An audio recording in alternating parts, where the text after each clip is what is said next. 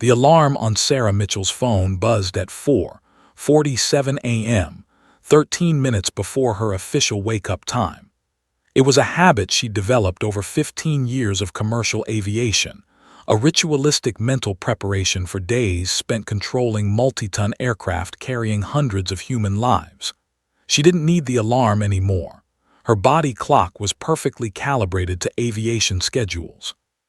But she said it anyway, a small act of discipline that made her feel in control of something, anything, in a life that was increasingly spiraling. Sarah opened her eyes in the darkness of her master bedroom, staring at the ceiling of the house she'd fought so hard to keep. The Denver home had been her pride, a 4-bedroom colonial with a wraparound porch and a backyard where her children had learned to ride bicycles. She'd saved for years, made sacrifices, worked double shifts to afford the down payment. Now it felt like a monument to broken promises and shattered dreams. Next to her, the bed was empty. It had been empty for 3 months. Michael had moved out in December, claiming he needed space to think, but Sarah had discovered the truth in January. He'd been having an affair with Jennifer, her best friend of 12 years. Jennifer, who'd attended Sarah's children's birthday parties. Jennifer, who'd borrowed her clothes. Jennifer, who'd sat in this very house eating dinner with the family while secretly destroying it from within. Sarah sat up slowly, her 43-year-old body creaking with exhaustion. She hadn't slept more than 4 hours a night since discovering the affair. Her mind wouldn't stop working, analyzing conversations, replaying moments, identifying lies hidden in plain sight. How many times had Michael and Jennifer exchanged glances at her daughter's soccer game? How many times had Jennifer hugged her children while planning to blow apart their family? She wrapped herself in her silk robe, a luxury purchase from 5 years ago when life felt stable, and padded downstairs to the kitchen. The house was silent except for the hum of the refrigerator. Her children, Emma 9 and Lucas 7, were still asleep upstairs. They were with her this week. Michael had them alternate weeks, a custody arrangement that felt like a constant reminder of failure. Sarah made coffee with mechanical precision, each movement practiced and perfect. She'd learned long ago that perfectionism in the cockpit saved lives. She brought that same obsessive attention to detail into everything, her home, her appearance, her parenting. But perfection hadn't saved her marriage. It hadn't stopped Michael from betraying her. It hadn't protected her children from the trauma of divorce. She sat at the marble kitchen island with her coffee, watching the sun begin to lighten the sky beyond the mountains. This view had always calmed her. The Rocky Mountains had been her sanctuary, a place of permanence and strength when everything else felt temporary and fragile. She'd grown up in Colorado, learned to ski as a child, camped in these mountains every summer. They represented home in a way nothing else could. Her phone buzzed, a text from her co-pilot Marcus. Ready for the LA run today, weather looks good. The Lowe's Angels flight. A 4-hour turnaround that meant she'd be back in Denver by evening. Just another routine flight in her routine life, except nothing felt routine anymore. Sarah had been flying for 15 years. She'd graduated top of her class from flight school, earned her captain's stripes faster than most of her peers, and built a reputation for being unflappable under pressure. Her colleagues called her Ice Queen, not as a compliment exactly, but as an acknowledgement of her control. In the cockpit, Sarah Mitchell was a rock. She could land an aircraft in conditions that made other pilots sweat. She could manage cabin emergencies with calm efficiency. She could command respect from flight crews and passengers without raising her voice. But the truth was darker. Sarah's perfectionism and control weren't signs of strength. They were symptoms of a woman constantly on the edge of breaking. She'd learned young that vulnerability was weakness. Her father had been an emotionally distant man, a military officer who believed children should be seen and not heard. Her mother had been a perfectionist homemaker who sacrificed everything for appearances. Sarah had internalized their lessons, built walls, created the illusion of flawless competence. Her marriage to Michael had been supposed to be different. He'd seemed to understand her, to appreciate her strength while encouraging her to be vulnerable. In the early years, he'd been her anchor, her safe place. He'd held her when she cried about a difficult landing. He'd made her laugh when the pressure of the job threatened to consume her. He'd told her she was beautiful, worthy, loved. But somewhere along the way, that had changed. Michael had become resentful of her flight schedule. He'd resented that she earned more than he did as an engineer. He'd resented that she was fulfilled by her career in ways he wasn't. He'd started making cutting comments about her dedication to flying being more important than her dedication to him. And then Jennifer had appeared, younger, more available, more willing to be what Michael wanted. Sarah's hands trembled slightly as she lifted her coffee cup. She hadn't told anyone at work how bad things had gotten. She hadn't mentioned the therapy sessions, the antidepressants she'd been taking for 2 months, the nights she'd driven around Denver for hours because she couldn't bear to come home to an empty house. Her colleagues saw Captain Sarah Mitchell, confident, composed, commanding. They had no idea she was falling apart. She looked at the clock, 5:30 a.m. Emma and Lucas would wake in an hour. She'd need to make pancakes, their favorite, pack their backpacks, drop them at school before heading to the airport. Tonight she'd have them again, would help with homework, would pretend everything was normal while inside she felt like she was drowning. The Los Angeles flight was scheduled for departure at 7:45 a.m. 4 hours down, 1 hour turnaround, 4 hours back. She'd return to Denver at 7 p.m. Mountain Time. She could do this. She'd done it hundreds of times. Fly, survive, return home, repeat. But something was different this morning. As Sarah sat in the pre-dawn darkness of her beautiful kitchen in her beautiful house, something inside her had broken, a final fracture in a structure that had been cracking for months. She felt it like a physical sensation, a snapping deep in her chest. She didn't know it yet, but she was about to make a choice that would erase her from the world for 7 years. The morning of March 15, 2016, started like any other Tuesday in Sarah Mitchell's life, except it didn't. After dropping Emma and Lucas at school, Sarah drove to Denver International Airport with a peculiar sense of detachment, as if she were watching herself from outside her body. She checked in for her flight, went through security, and reported to the crew briefing room. Everything was automatic, muscle memory operating without conscious thought. The Los Angeles flight was unremarkable. She commanded the cockpit with her usual efficiency, navigating pre-flight checklists with Marcus, her co-pilot of 6 years. The weather was clear. The passengers boarded without incident. The 4-hour flight proceeded with textbook precision. Sarah's hands guided the aircraft through the sky while her mind floated somewhere else entirely, watching herself work like an actress playing a role she'd perfected long ago. The landing in Los Angeles was perfect, smooth, controlled, professional. Marcus commented that it was one of her best landings. Sarah nodded, said something about favorable wind conditions, and began the post-flight paperwork.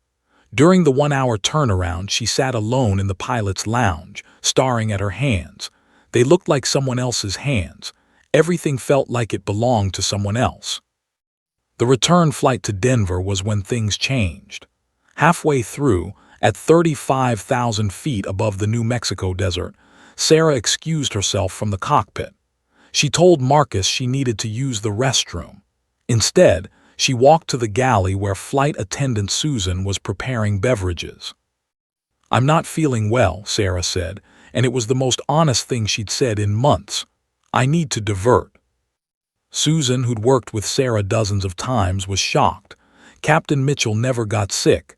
Captain Mitchell never wavered. "Should I get Marcus?" she asked. "No," Sarah said quietly. "I'll manage, I need to land somewhere, anywhere but Denver." What happened next would become the subject of intense investigation, wild speculation, and heartbreaking mystery. Sarah returned to the cockpit and informed Marcus that she was experiencing severe vertigo and needed to land immediately. Medical emergencies were serious matters in aviation. Protocol was clear.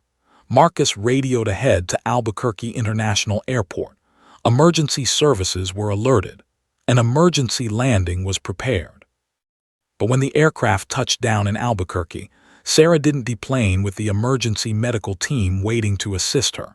Instead, she called Marcus into the galley and told him she was taking personal leave, effective immediately.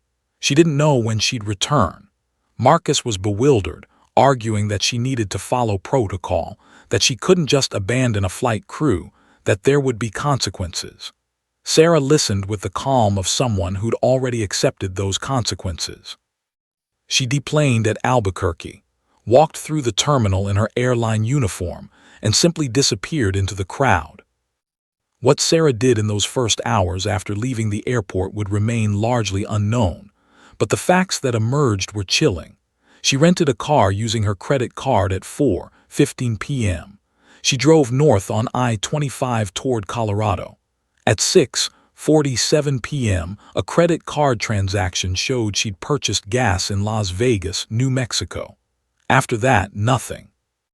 Her silver Honda Civic was discovered the next morning by hikers near Bear Lake Trail in Rocky Mountain National Park, approximately 90 minutes drive from the gas station where she was last seen.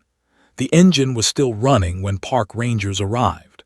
The driver's side door was open. Her purse sat on the passenger seat. Her phone was on the dashboard. Her uniform jacket was folded neatly on the back seat. The discovery sent shockwaves through Sarah's family and the aviation community. Search and rescue teams mobilized immediately. Helicopters swept the mountains. Dogs tracked her scent through forests and across rocky terrain. Divers searched the lakes. The media descended on the area like vultures, desperate for answers to an impossible mystery. Sarah's ex-husband Michael held a press conference, his face anguished, begging for information about his estranged wife. "If anyone has seen Sarah Mitchell, please contact authorities immediately," he pleaded, his voice breaking. Her children appeared in the background, confused and frightened by their father's tears. Emma, aged 9, had no idea why adults were searching the mountains for her mother. Lucas, only 7, asked repeatedly when Mommy was coming home. Sarah's mother, Patricia, gave interviews with trembling hands. She spoke about her daughter's depression, her recent struggles, her apparent mental breakdown. She revealed details about the affair, about the custody battles, about how Sarah had seemed increasingly withdrawn in recent weeks. Patricia's anguish was visible to everyone watching, a mother desperate to understand what had driven her daughter to this moment. Theories exploded across media outlets and online forums. Had Sarah jumped from a cliff in a suicidal act? Had she been abducted by someone who'd seen her vulnerable state? Had she deliberately vanished to escape her circumstances?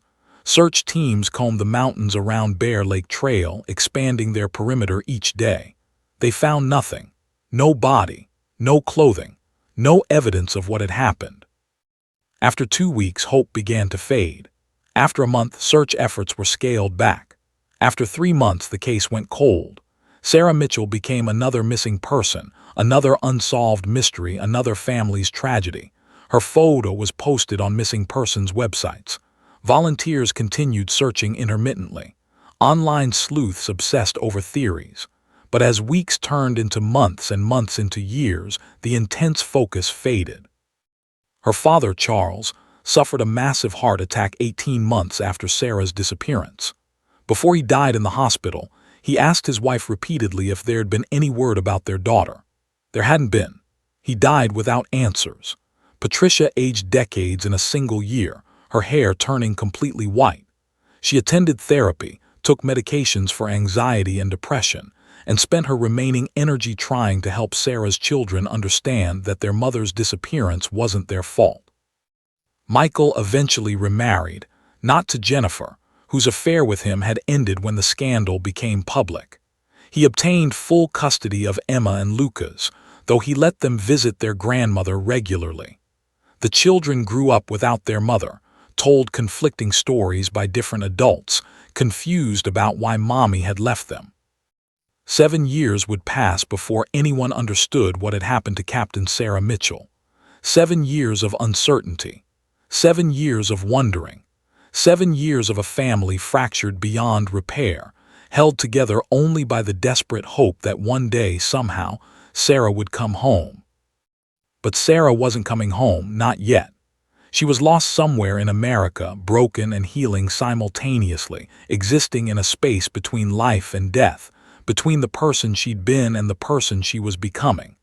The first year after Sarah's disappearance was the worst, not because it was the hardest, but because it was filled with hope. Patricia Mitchell, Sarah's mother, obsessively checked her phone for messages. She attended every search effort, organized community volunteers, and plastered Sarah's face on telephone poles throughout Colorado. She couldn't sleep. She couldn't eat. She moved through her days in a fog of desperate determination, convinced that her daughter would be found alive. But hope is a cruel taskmaster. With each passing week that brought no answers, with each search that yielded nothing, Patricia's hope calcified into something else entirely, a painful limbo between faith and despair. Sarah wasn't dead. She wasn't confirmed dead. That meant somewhere, somehow, she might still be alive. But she also might be dead, killed by someone, found by no one, her body hidden in the vast wilderness of the Rocky Mountains. Unlike families who could bury their dead and begin the difficult process of grief, Patricia was trapped in an impossible space. She couldn't plan a funeral. She couldn't accept that Sarah was gone because no one had confirmed it. She couldn't move forward because the ambiguity was paralyzing. She couldn't move backward because she was trapped in the moment of Sarah's disappearance, frozen forever in March 2016. Sarah's father, Charles, handled the disappearance differently. He became obsessed with the details of the case, convinced that if he analyzed the evidence long enough, he would find the answer. He created spreadsheets of timeline details. He read every article written about missing persons cases. He contacted the police department so frequently that detectives began dreading his calls. Charles channeled his grief into action, but action without purpose was exhausting. After 18 months of obsessive searching, his body finally rebelled. The heart attack came at 3:47 a.m. on September 22, 2017. Charles died in the hospital with Patricia holding his hand and asking over and over, "Have they found Sarah? Has anyone called?" Even in death, even in his final moments, Charles was thinking about his missing daughter. He died without answers. His funeral was attended by family and friends, but the ceremony felt incomplete. Two funerals collapsed into one, mourning both the man they were burying and the daughter they'd already lost. Patricia's grief after Charles died was almost incomprehensible. She'd lost her husband and her daughter, but only one funeral could be held. The duality of her loss drove her toward the edge of psychological collapse. She began seeing a therapist, started taking antidepressants, and eventually had to move into an assisted living facility because she could no longer manage her own home. The house where Sarah had grown up, where Sarah's childhood memories lived in every room, became too painful to inhabit. Emma and Lucas, Sarah's children, grew up navigating their own complicated trauma.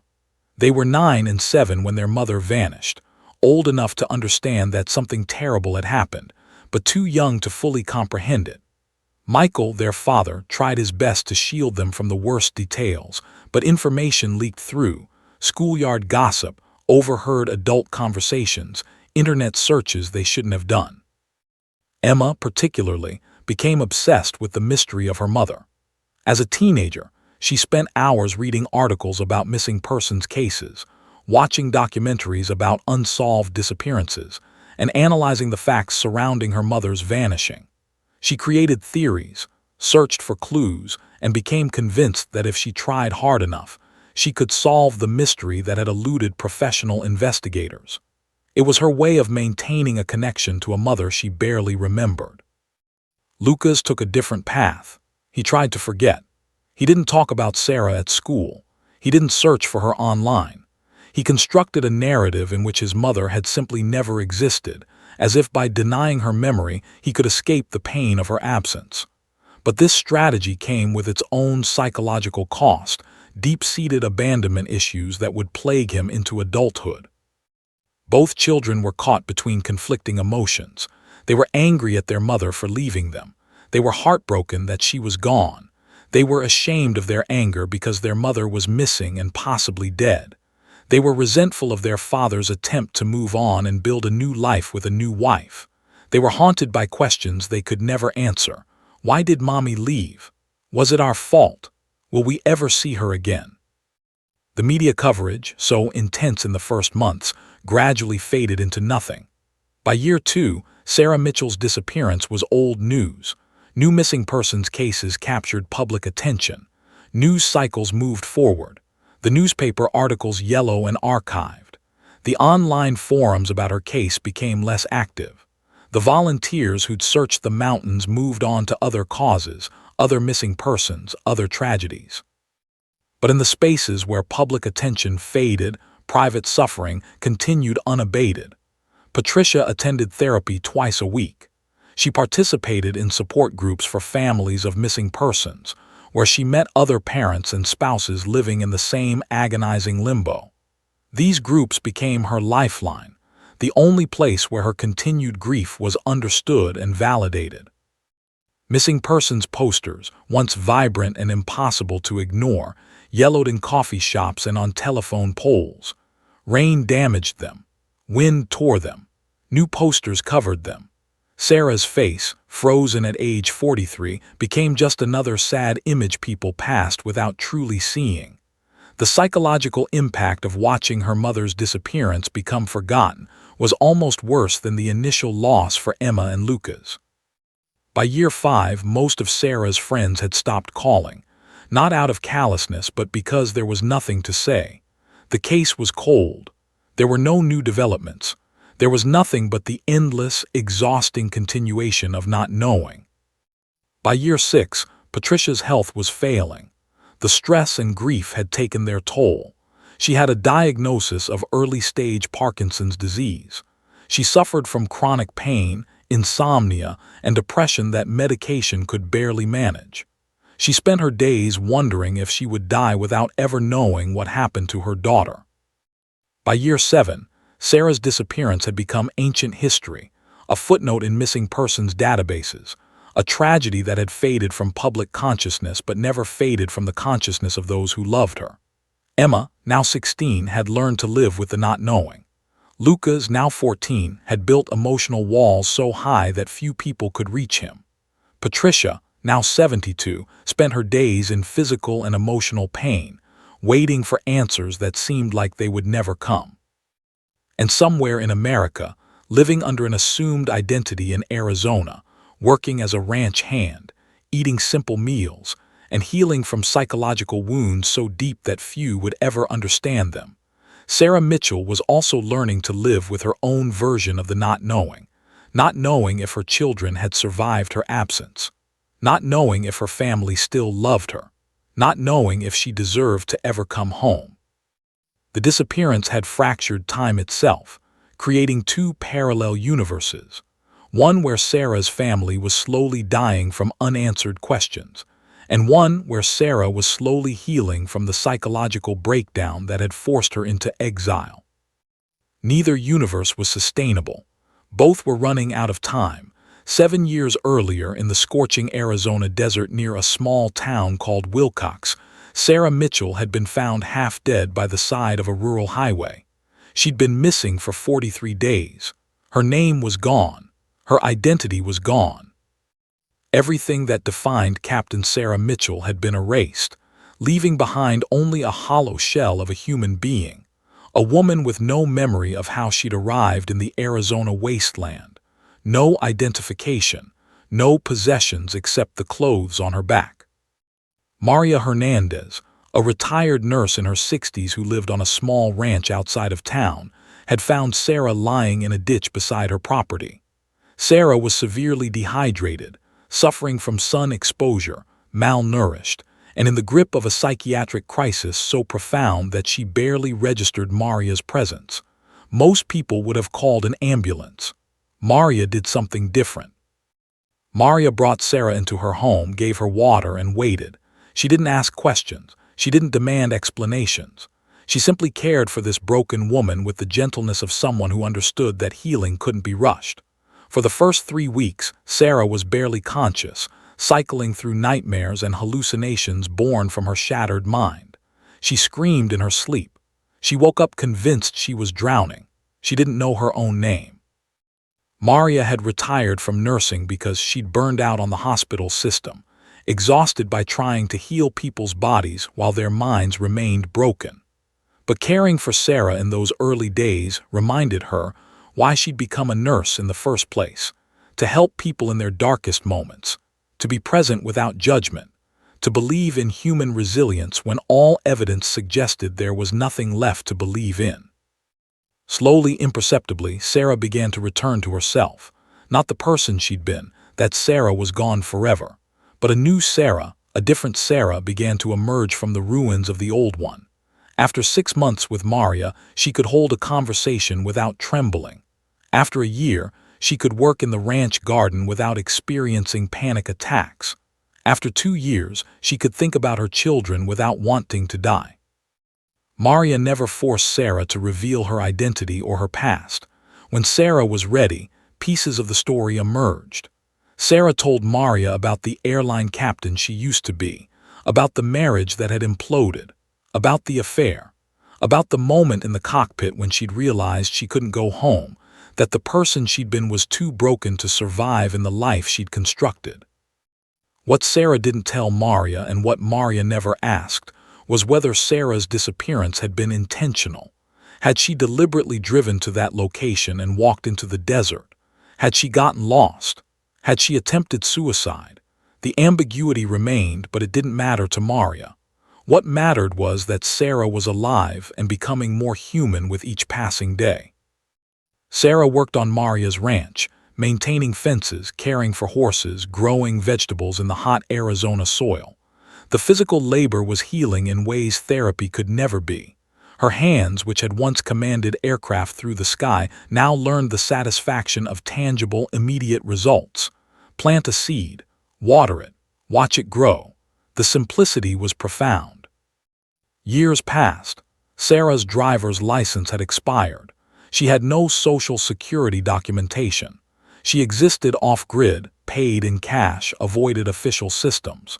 She became invisible, which was exactly what she needed to be. The person she'd been, Captain Sarah Mitchell, the woman who'd abandoned her children, who'd fractured her family, had to remain dead. But in March 2023, 7 years after she disappeared, something shifted inside Sarah. She was 49 years old now, her hair graying, her face lined by Arizona sun, her body strengthened by years of ranch work. She was sitting in Maria's living room, watching the evening news, when she saw a story about a woman who'd been missing for 5 years being reunited with her family. The reporter interviewed the woman, who described how the reunion had changed her life, how her family had never stopped searching, how the day she was found was the happiest day of her entire existence. Sarah watched tears stream down the woman's face as she hugged her adult children, and something cracked inside her chest. She thought about Emma and Lucas. They were 16 and 14 now, adults essentially without their mother. Did they hate her? Had they moved on? Would they even recognize her if they saw her? The questions had haunted her for 7 years, but they'd remained abstract, distant. Watching that reunion made them suddenly urgent and real. Maria found Sarah crying that night, something she rarely did anymore. "I want to go home," Sarah said. "Not to my house, not to my old life. I just want to see my children. I want them to know I'm alive. I want them to know it wasn't their fault." Maria held her hand and didn't say anything. She'd been waiting 7 years for this moment, waiting for Sarah to be healed enough to re-enter the world, to face the consequences of her disappearance, to attempt reconciliation with the family she'd abandoned. A week later, Sarah had saved enough money from her ranch work to afford a plane ticket. She booked a flight from Phoenix to Chicago, planning to stay with an old friend from flight school who'd moved to Illinois.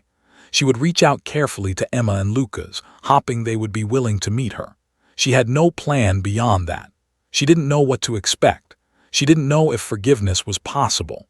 But for the first time in 7 years, she was willing to try. On March 14, 2023, Sarah Mitchell walked through Phoenix Sky Harbor International Airport wearing jeans and a gray sweater, carrying a worn backpack containing everything she owned. She'd changed so much that even if someone had seen her missing persons poster, they wouldn't have recognized her. Her hair was shoulder-length and graying. Her face was weathered. Her body was lean and strong instead of the carefully maintained fitness she'd once possessed. She passed through security without incident. She boarded United Airlines Flight 447 without drawing any attention. She took her seat in 12C economy class because she could afford nothing else, and stared out the window as the ground crew prepared the aircraft for departure. Sarah had spent 7 years rebuilding herself in secret. She had no idea that her return to the world was about to trigger a series of events that would make her famous, would expose her story to millions, and would force her to face her past whether she was ready or not. She had no idea that Captain Rodriguez would collapse into a seizure at 35,000 feet. She had no idea that the co-pilot would be overwhelmed. She had no idea that she was about to become a hero. She simply sat in her ordinary seat, an ordinary woman who'd survived the unsurvivable, waiting for the plane to push back from the gate and carry her home. Captain James Rodriguez was a legend in commercial aviation. 32 years of flying, over 20,000 logged flight hours, a perfect safety record spanning 3 decades. He'd flown presidents, celebrities, and ordinary citizens through thunderstorms, mechanical failures, and every imaginable aviation emergency. He was the kind of pilot that other pilots respected, a man who'd seen it all and remained unflappable through every crisis. But at 2:47 p.m. on March 14, 2023, at 37,000 feet above the Kansas-Oklahoma border, Captain James Rodriguez's body betrayed him. It started with a subtle irregularity in his heartbeat, a missed beat, then another. Rodriguez didn't notice at first. He was focused on air traffic control communications, monitoring weather patterns, managing the massive Boeing 737 carrying 186 passengers and crew across the continental United States. Co-pilot David Chen sat beside him, equally focused on maintaining altitude and heading. The irregularities in Rodriguez's heartbeat intensified. What had been occasional skips became a rhythmic flutter. His blood pressure spiked, then dropped precipitously. Rodriguez still didn't consciously recognize what was happening to him. His training taught him to prioritize external awareness over internal physical sensations. You didn't inform air traffic control that you felt strange. You didn't abandon your post because of vague symptoms. You persevered. But his body had other plans. At 2:49 p.m., Captain Rodriguez experienced a massive cardiac arrhythmia, his heart essentially short-circuiting without warning. The sudden neurological disruption caused him to lose consciousness instantly. His hands fell from the control yoke. His body convulsed against the captain's seat with violent force.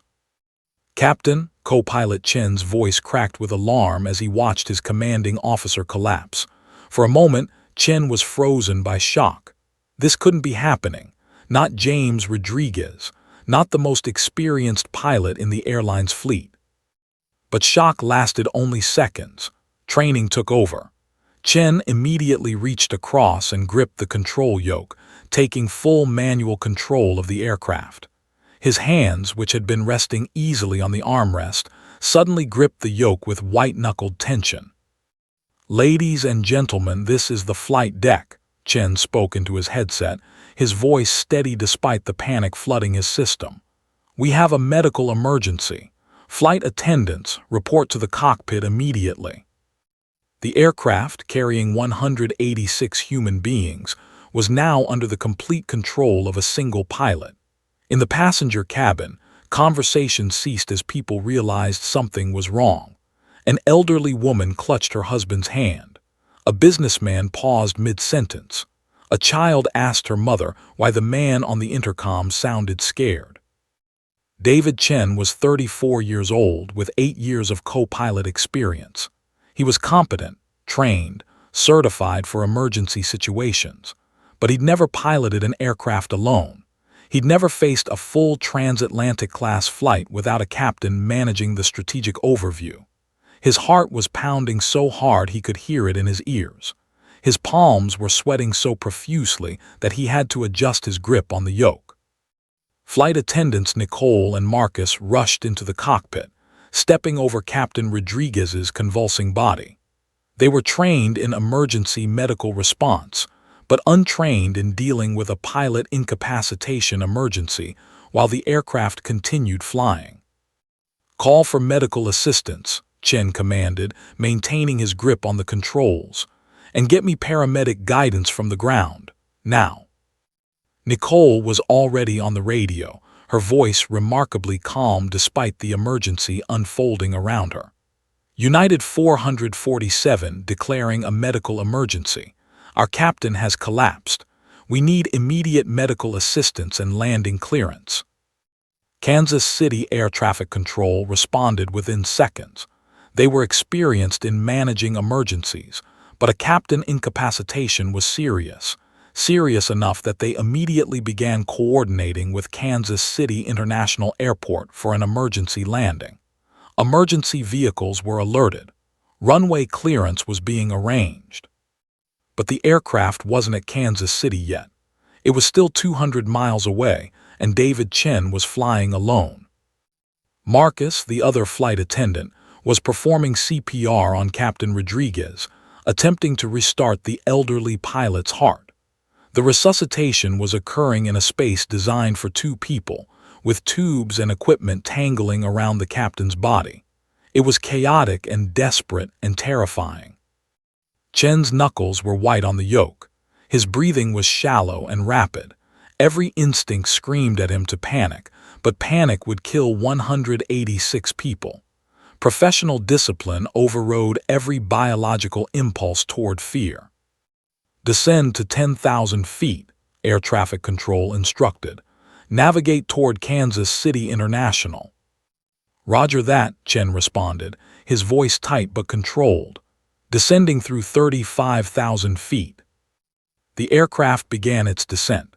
Chen adjusted the throttles, angled the nose downward, and fought to maintain control of a massive machine that suddenly felt impossibly heavy and complicated. A million things could go wrong. A mechanical failure, a structural issue, something he wouldn't see until it was too late. In the main cabin, 186 passengers were experiencing a terror few people ever survive. Some were praying. Some were crying. Some were frantically texting final messages to loved ones.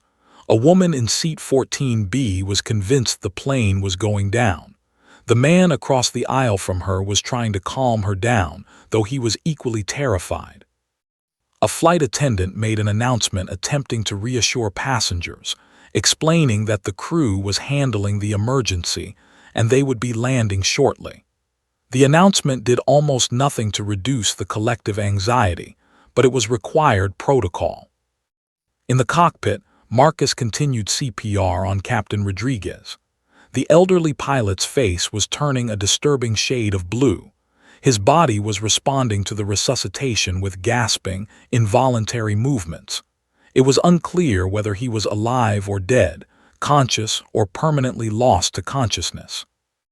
David Chen was flying on pure adrenaline now. Sweat dripped from his temple. His hands ached from gripping the yoke. He was hyperventilating slightly, fighting to maintain the slow, controlled breathing necessary for precise aircraft control. Then, from the main cabin, a passenger stood up. She'd been sitting quietly in seat 12C, not speaking much, not drawing any attention to herself. Most of the cabin crew hadn't even registered her presence among the 186 souls aboard. But this unremarkable woman in the gray sweater knew something about flying that none of the flight attendants knew. She knew what to do. Sarah Mitchell unbuckled her seatbelt and walked toward the cockpit door with the confident stride of someone who'd spent 15 years commanding aircraft. The flight attendant who'd been managing the passenger cabin tried to stop her, but Sarah's voice, that voice that had once commanded the respect of entire flight crews, cut through the chaos. "I'm a commercial airline pilot," she said calmly. "I have over 15,000 flight hours. Your co-pilot needs help. I can assist." The flight attendant, faced with a catastrophic emergency, made an instantaneous decision. She opened the cockpit door. Sarah stepped through into the cockpit and immediately understood the situation. A pilot down, a terrified co-pilot managing an emergency descent alone, medical personnel performing CPR on a man who might already be dead. "I'm Sarah," she said to David Chen, her voice carrying absolute authority. "I'm a captain. Tell me what you need." David Chen had never been so relieved to see another human being in his entire life. Sarah Mitchell moved into the right seat with the fluid grace of someone who'd occupied that exact position thousands of times before. 7 years of exile, 7 years of ranch work, 7 years of deliberate disconnection from aviation hadn't erased the fundamental muscle memory of flying. Her hands knew what to do even if her mind had spent years trying to forget. "Status report," she commanded, her voice carrying the unmistakable authority of a captain addressing a co-pilot in crisis. David Chen's hands were trembling visibly on the control yoke, but her calm, professional demeanor seemed to stabilize something in him. "Captain Rodriguez suffered cardiac collapse approximately 4 minutes ago. We're descending from 37,000 feet toward Kansas City International. I'm maintaining 180 knots descent rate. No mechanical anomalies detected. We have medical personnel performing CPR on the captain, but I don't know if he's—" "Understood," Sarah interrupted. She didn't need to hear the rest. She understood the situation completely. One pilot was incapacitated. The other was managing the aircraft alone. There were 184 passengers and crew aboard depending on the competence of a second officer who, while trained for emergencies, had never managed a critical situation of this magnitude. She began her own scan of the instruments with practiced efficiency. Altimeter, airspeed indicator, artificial horizon, vertical speed indicator, everything registered in her consciousness simultaneously, a symphony of data that told her the story of the aircraft's current condition. Chen was doing fine. Excellent, actually, given the circumstances. His descent rate was controlled. His heading was true. He was breathing, which meant he wasn't in complete panic. "David," Sarah said, using his first name to humanize the situation, to make him understand that she was a person, not just an authority figure. "You're doing everything right. I'm going to take the controls from this point forward. Your job is to manage communications with air traffic control and monitor the captain's condition. Can you do that?" "Yes," Chen responded immediately, his voice steadier now. "Yes, I can do that." Sarah placed her hands on the control yoke and felt it beneath her palms, the familiar weight and resistance that had been absent from her life for 7 years. For a moment, she was transported backward through time, remembering herself as she'd been. Captain Sarah Mitchell, confident and competent, master of one of humanity's most complex machines. But that Sarah was gone. This Sarah was different. This Sarah had been broken and had reassembled herself into something stronger, something more authentic. This Sarah didn't need to prove anything to anyone. She simply needed to keep this aircraft safe. "I have the controls," Sarah announced formally, establishing her authority in the cockpit hierarchy. David released the yoke and shifted his attention to the instruments, watching the altimeter as the aircraft continued its descent toward Earth. Sarah adjusted the throttles, fine-tuning the descent rate to something slightly less aggressive. She wanted to maintain control, to make this landing as smooth as possible for the passengers who were terrified in the cabin behind her. Those people had boarded this aircraft expecting a routine flight. They deserved to survive this emergency with minimal additional trauma. "Kansas City approach, United 447, Chen spoke into his headset. "We're descending through 25,000 feet. Captain is unresponsive. We have a qualified pilot assisting. Medical personnel aboard are treating the captain." The air traffic controller's response came back immediately. "Roger, United 447. We have emergency services standing by at Kansas City International. Runway 1 left is being cleared for your approach. What is your ETA?" Chen looked at Sarah. She quickly calculated. 12 minutes, she said. 12 minutes, Chen repeated into the radio. Sarah's hands moved across the cockpit with automatic precision. She'd done this 1,000 times before, though her most recent landing had been 7 years ago. The muscle memory was there, waiting to be activated. She adjusted the trim, monitored the fuel systems, confirmed that all critical instruments were functioning properly. Everything checked out. Marcus, the flight attendant who'd been performing CPR on Captain Rodriguez, stepped back slightly, breathing heavily. Sweat dripped from his forehead. Captain Rodriguez's face was still an alarming shade of blue, but his chest was rising and falling, whether from the CPR compressions or from actual cardiac function. It was impossible to tell. "How long have you been doing compressions?" Sarah asked, her voice carrying genuine concern. 8 minutes, Marcus responded, maybe 9. Sarah nodded. 8 to 9 minutes of CPR without defibrillation was pushing the boundaries of what could be expected to result in meaningful recovery. But they weren't at a hospital. They were in an aircraft at 20,000 feet. They were doing everything possible. The aircraft continued its descent, now at 15,000 feet. Sarah could see Kansas City in the distance, the city sprawling beneath them in the early afternoon sunlight. She navigated toward the airport using visual navigation combined with instrument guidance from air traffic control. United 447, you're cleared for approach on runway 1 left, air traffic control confirmed.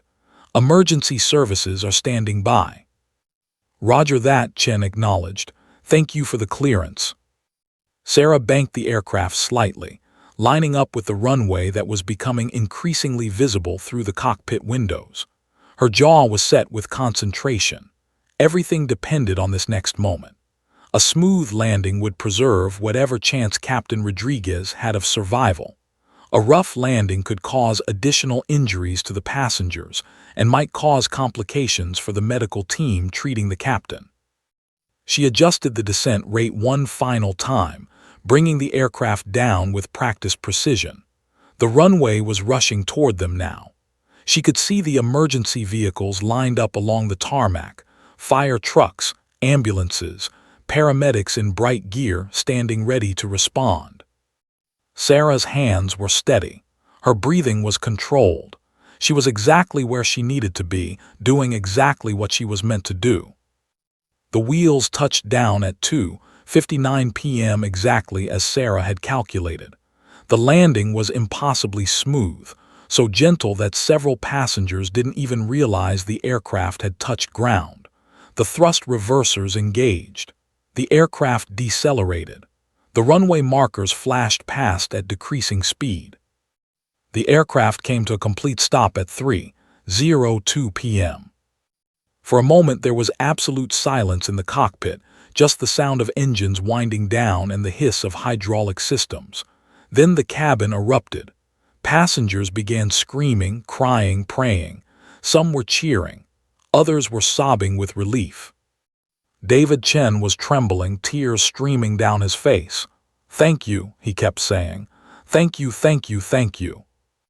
The cockpit door burst open as emergency paramedics rushed in with a defibrillator and emergency equipment. They immediately began assessing Captain Rodriguez's condition, establishing an IV line, preparing him for transport to the ground. Sarah climbed out of the captain's seat, her role complete. As she moved toward the back of the cockpit to make room for the medical team, she caught her reflection in the small mirror mounted on the wall. For a moment, she barely recognized herself. But there wasn't time for introspection. As the paramedics wheeled Captain Rodriguez toward the cabin door on a stretcher, Sarah stepped into the center of the cockpit. That's when David Chen asked the question that would change everything. "What's your name?" he asked. "So I can thank you properly, so I can tell the airline who saved us." Sarah looked at him for a long moment. She'd spent 7 years avoiding her identity, hiding from her past, existing as a ghost in the Arizona desert. She'd built a new life on anonymity and silence. but anonymity was no longer possible. "Sarah," she said simply, "Sarah Mitchell." David Chen's face went completely white. His eyes widened with recognition or shock or disbelief. Sarah wasn't sure which. But she knew in that moment that her 7 years of hiding were over. The woman who had vanished for 7 years had just returned, and the entire world was about to find out. The moment Sarah Mitchell spoke her name in that cockpit, everything changed. David Chen's expression cycled through shock, confusion, recognition, and ultimately disbelief. He'd heard about the Sarah Mitchell case. Everyone in aviation had. The missing pilot from 2016, the unsolved mystery, the woman who'd vanished without a trace. But this woman standing in front of him, this woman who just saved an aircraft full of people with flawless precision, couldn't possibly be the same person. This woman was different, weathered, strong, changed in ways that 7 years could only partially explain. "Sarah Mitchell," David repeated, his voice barely above a whisper. "The Sarah Mitchell." Sarah didn't answer immediately. She simply nodded, watching the realization spread across David's face like a shock wave. Air traffic control had been monitoring the entire emergency. The airline's operations team had been receiving updates. By now, dozens of people knew that Captain James Rodriguez had collapsed and that an unknown female pilot had assisted in the emergency landing. The moment her name was spoken in that cockpit, it was transmitted through radio frequencies, recorded in audio logs, documented in official emergency reports. Within minutes, the information would spread through the aviation community. Within hours, it would reach the media. Within a day, it would be international news. Sarah stood calmly as emergency paramedics rushed past her with Captain Rodriguez on a stretcher. She watched them wheel him toward the cabin door, where ground medical personnel were waiting to continue treatment. Rodriguez's vital signs had improved during the flight. His heart was beating on its own, though erratically. His chances of survival had increased exponentially thanks to the combination of CPR and the smooth landing that had prevented additional trauma. As the paramedics worked, a female flight attendant approached Sarah with a phone. "The airline operations manager needs to speak with you," the attendant said. "It's urgent." Sarah took the phone and heard the voice of Michael Rothstein, United Airlines Vice President of Flight Operations. She could hear the shock in his voice, the barely contained emotion. "Sarah," he said, and she could hear him struggling to process what he was hearing. "Sarah Mitchell, is this really you?" "Yes," Sarah confirmed simply, "it's me." "Where have you been?" Michael asked. "We've been searching for you for 7 years. We've had private investigators. We've worked with law enforcement. Everyone thought you were dead. Your family thought you were dead." Sarah closed her eyes. The word family hit her like a physical blow. Her children, her mother. The people she'd abandoned without explanation, without goodbye, without any consideration for the trauma her disappearance would cause. "I can't explain everything over the phone," Sarah said quietly. "I'm sure I'll be speaking with law enforcement and airline personnel, but I need you to understand that my disappearance was intentional. It wasn't a crime committed against me. It was a choice I made because I couldn't function anymore." There was a long silence on the other end of the line. Michael was trying to process this, trying to understand how a woman could simply vanish for 7 years without contacting her family, without reaching out to anyone, without confirming her own survival. "The FBI will want to speak with you," Michael said finally. "Are you willing to cooperate?" "Yes," Sarah said, "whatever they need." As soon as Sarah disconnected from Michael, the cockpit began filling with people, airline personnel, airport security, federal agents who'd been coordinating with Kansas City authorities. Everyone wanted to talk to her simultaneously. Everyone had questions. Everyone was stunned to be in the presence of a woman who'd been missing for 7 years. But before any official questioning could begin, news helicopters descended on Kansas City International Airport. Cameras captured the extraordinary scene, emergency vehicles surrounding the aircraft, paramedics loading Captain Rodriguez into an ambulance, and then, the moment that would be broadcast on every news network, Sarah Mitchell descending the airplane stairs. She was wearing jeans and a gray sweater, nothing remarkable about her appearance except that her face was being broadcast live to thousands of news stations across America. Social media erupted instantly. Twitter, Facebook, Instagram, all exploded with the impossible news. Sarah Mitchell, the missing pilot from 2016, had just saved an aircraft full of people.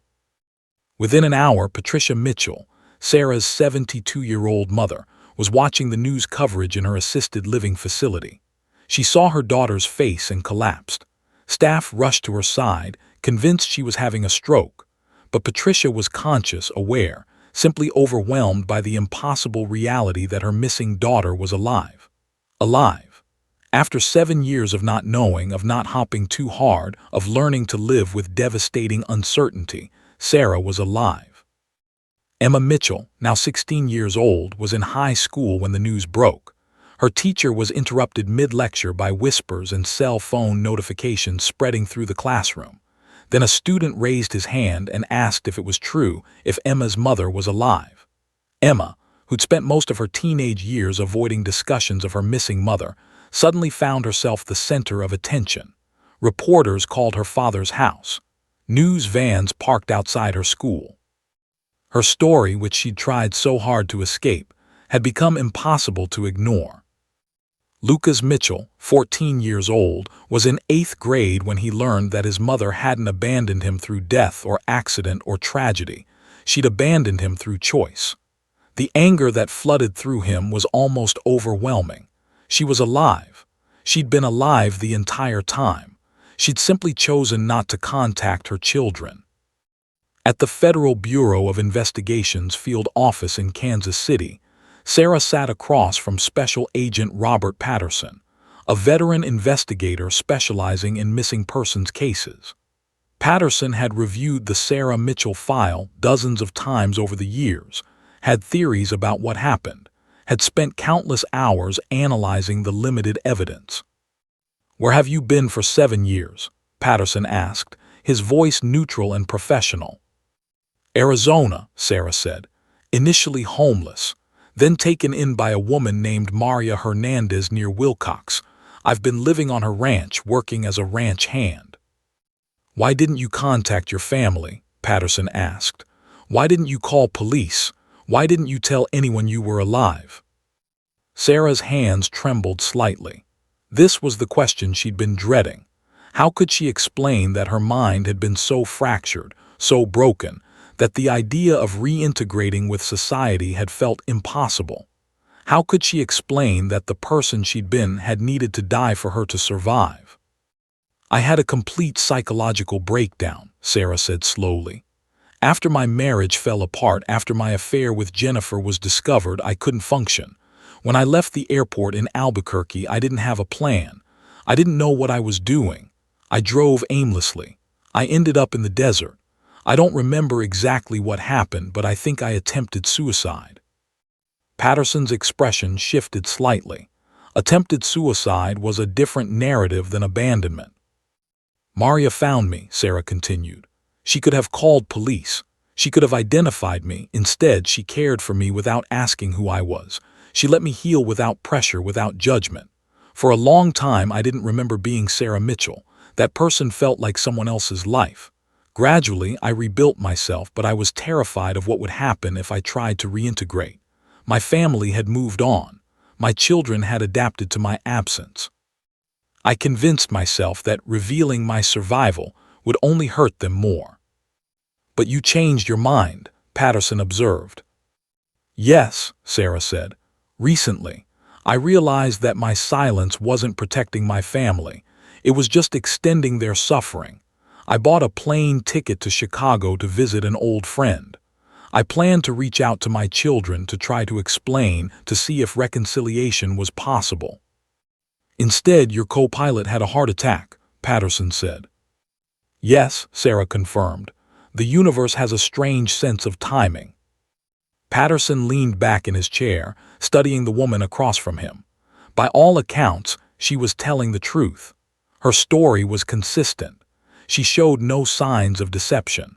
What she was describing was a complete mental health crisis followed by years of deliberate healing and isolation. "Your family will want to speak with you," Patterson said. "Your children, your mother. Are you ready for that?" Sarah's hands were trembling now. "No," she said honestly. "I don't think I'll ever be ready, but I owe them the truth. I owe them the opportunity to hear my story and decide if they can forgive me." Outside the interrogation room, news vans continued to accumulate in the parking lot. The story had captured America's imagination. A missing woman returned from the dead. A hero who'd saved 186 lives. A mystery solved, at least partially, revealing truths that were more complicated than anyone had imagined. Sarah Mitchell had been missing for 7 years. Now she was about to discover whether her family could accept her return. The first conversation between Sarah Mitchell and her children happened 3 days after the emergency landing at Kansas City International Airport. It took place in a private conference room arranged by the FBI, with a counselor present to help facilitate communication. Emma sat across from her mother with arms crossed defensively. Lucas sat beside his sister, his jaw clenched so tightly that his temples were visibly pulsing with tension. 7 years had transformed these children into young adults Sarah no longer recognized. Emma had been 9 when Sarah disappeared. Now she was 16, a young woman with her mother's sharp features and her father's dark eyes. Lucas had been 7. Now he was 14, tall, angry, guarded in a way that broke Sarah's heart. "I don't know what you expect from us," Emma said, her voice steady but edged with barely contained rage. "You left us. For 7 years you just left. Do you have any idea what that was like? Do you understand what you did to us?" Sarah didn't attempt to defend herself. She'd had 3 days to prepare for this conversation, but no preparation could adequately address the legitimate anger in her daughter's voice. "No," Sarah said honestly. "I don't think I fully understand it. What I did was selfish and cruel, and I will spend the rest of my life trying to understand how I could have hurt you both so deeply." Lucas spoke for the first time, his voice shaking with emotion. "Mom died in the mountains when I was 7 years old. We had a memorial service. We grieved. And then you just show up alive, and now everyone's calling you a hero, and we're supposed to what? Forgive you. Celebrate that you're alive." Sarah felt tears streaming down her face, but she didn't try to stop them. "I was sick," she said quietly. "Not physically, but mentally. I was so broken that I couldn't function. My mind shut down. I don't have an excuse for what I did. I only have an explanation, and it's a terrible one. I was selfish. I was suffering, and instead of reaching out for help, I ran away and left you both to suffer alone." The conversation lasted 4 hours. By the end, no miraculous reconciliation had occurred, but something had shifted. Emma and Lucas had heard their mother's voice. They'd seen her remorse. They'd understood, at least partially, that her disappearance hadn't been about them. It had been about her own fractured mind. Patricia Mitchell was more forgiving. When Sarah visited her mother in the assisted living facility, Patricia simply held her daughter and cried, years of suppressed grief pouring out in a few desperate minutes. She didn't ask for explanations. She didn't demand anything except to know that her daughter was alive and safe. "I'm sorry," Sarah whispered into her mother's shoulder. "I'm so sorry." "I know," Patricia said, "and that's enough. That's all I need." In the weeks following her return, Sarah was offered opportunities that would have seemed impossible to her 7 years ago. Hollywood producers wanted to adapt her story into a film. Publishing houses offered multi-million-dollar book deals. Airlines wanted her to become a spokesperson for mental health awareness. Speaking agencies offered lucrative contracts for motivational speeches. Sarah declined all of it. Instead, she made a different choice. She applied for a position with a small regional airline based in Colorado, requesting a return to commercial aviation. The airline hired her immediately, though not without controversy. Some people thought she should be celebrated. Others thought she was a danger, a woman who'd abandoned her responsibilities once and might do so again. Sarah didn't worry about public opinion. She returned to flying because it was the one thing she knew how to do perfectly. In the cockpit, she felt whole. In the cockpit, she could control outcomes and save lives. In the cockpit, she could prove that the broken woman who'd run into the Arizona desert had been healed. Her first commercial flight after returning to aviation was a regional route from Denver to Phoenix. As she walked into the cockpit wearing her airline uniform for the first time in 7 years, Sarah felt something settle in her chest, a sense of rightness, of purpose restored. She was 49 years old now. She had perhaps 15 more years before mandatory retirement. She intended to make every single flight count. Outside of aviation, Sarah became an advocate for mental health awareness. She began speaking at universities, at hospitals, at mental health conferences about the reality of depression and psychological breakdown. She was honest about her suicide attempt, about the years of homelessness, about the darkness that had consumed her. She spoke without shame, because shame had no place in the conversation about mental illness. "I disappeared for 7 years," she would tell audiences, "because I couldn't see any other way to survive. I wasn't running from my children because I didn't love them. I was running because I loved myself so little that I couldn't imagine being present for them in any meaningful way." Recovery isn't about forcing yourself to be strong. It's about recognizing that you need help and being brave enough to accept it. Emma and Lucas slowly began rebuilding their relationship with their mother. It wasn't instantaneous. It required years of therapy, honest conversations, and Sarah's willingness to answer every difficult question they asked. But gradually, cautiously, they began to see her not as the woman who'd abandoned them, but as their mother, a flawed human being who'd suffered and survived, and was now trying to be present in their lives. Emma, inspired by her mother's advocacy work, decided to study psychology in college.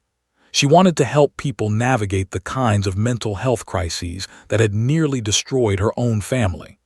Lucas became a high school counselor, working specifically with students experiencing depression and suicidal ideation. Both children had transformed their trauma into purpose. Sarah's relationship with Maria Hernandez, the woman who'd saved her life in Arizona, became one of the most meaningful relationships she maintained. Sarah visited Maria monthly, bringing gifts and groceries, sitting in Maria's living room and talking about life and healing and second chances. "You gave me my life back," Sarah told Maria during one visit. "When you found me in that ditch, you could have called police. You could have turned me in. Instead, you loved me without judgment." Maria, now in her 70s, simply smiled. "I saw a person who needed help," she said. "I did what anyone should do." 5 years after her return, Sarah was asked to speak at an international aviation conference about the emergency landing that had made her famous. She stood before an audience of 500 pilots and shared her story, not just the dramatic rescue, but the years before it, the breaking, the healing, the slow journey back to wholeness. "I was a broken person who happened to be in the right place at the right time," Sarah told the audience. "But being broken doesn't make you useless. Being traumatized doesn't mean you can't help others. Sometimes, in fact, the people most capable of saving others are the ones who have had to save themselves." By age 55, Sarah Mitchell had accumulated over 25,000 flight hours. She'd safely flown hundreds of thousands of passengers. She'd established a scholarship program for pilots struggling with mental health issues, ensuring that others wouldn't have to disappear into the desert to survive their crises. Her mother passed away peacefully at age 82, surrounded by family, including Sarah, who held her hand as she took her final breath. Patricia died knowing that her daughter had survived, had healed, and had become someone worth knowing. Captain James Rodriguez, the pilot whose collapse had inadvertently brought Sarah back from exile, fully recovered from his cardiac event. He and Sarah became close friends, bonded by the extraordinary circumstances that had connected them. Rodriguez eventually retired and became involved in pilot mental health advocacy alongside Sarah. The woman who had vanished for 7 years had become someone different, not better than she'd been, not perfect, but authentic. She lived with the knowledge of what she'd done to her family. She lived with the weight of those 7 years of absence. But she also lived with purpose, with meaning, and with the understanding that trauma survived and processed could become wisdom to share with others. Sarah Mitchell's story became a testament to human resilience, proof that even the darkest moments could lead to redemption, that disappearance didn't have to be permanent, and that sometimes the greatest heroism wasn't saving others, but having the courage to save yourself, and then spend the rest of your life helping others do the same. She never fully escaped the shadow of those 7 years, but she learned to live within that shadow, to extract meaning from it, to transform her brokenness into something that could help heal others. And in doing so, she discovered that coming home wasn't about returning to a place. It was about becoming someone worth returning to.